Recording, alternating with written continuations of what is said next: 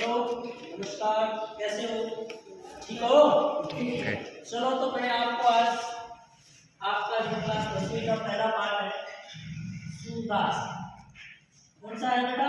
सूरदास। सूरदास सूरदास कवि है। सूरदास कौन है? कवि। कवि। इसका पहला जो पाठ है वो है भरमर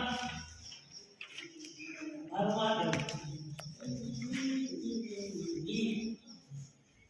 क्या है? भरमर गीत।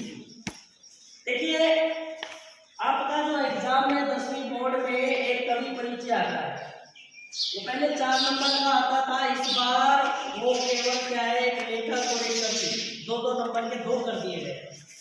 हमें लेखक भी याद करना है, कवि भी याद। तो मैं सूरदास का सबसे पहले कवि परिचय के बारे में बात कर लेता हूँ। कवि परिचय, यस सर। सूरदास के कवि परिचय के बारे में बात कर लेता हूँ। सूरदास का जन्म सन 1400 कब हुआ था? 1478 ईस्वी। कब हुआ? 1478 ईस्वी में इसका जन्म हुआ।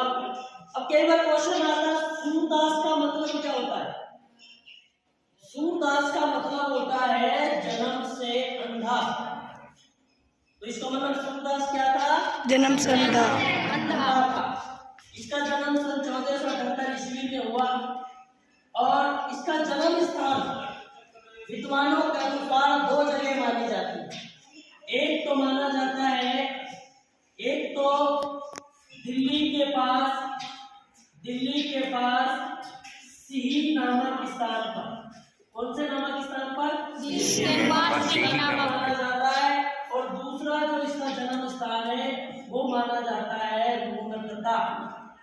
इसको रेणुका भी कहते हैं। इसको रेणुका के नाम से भी जाना जाता है।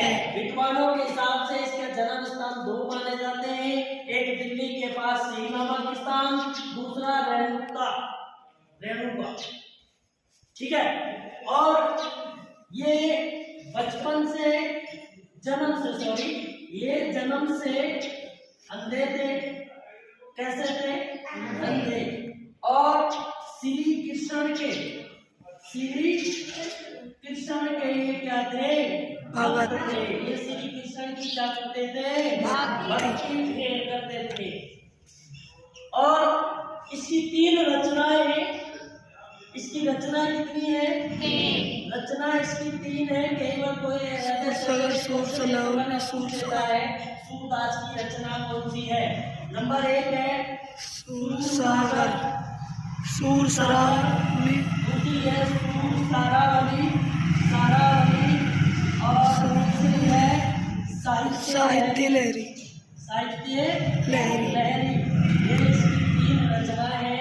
और इसकी मृत्यु सन 1583 ईस्वी में पारसोली नामक स्थान पर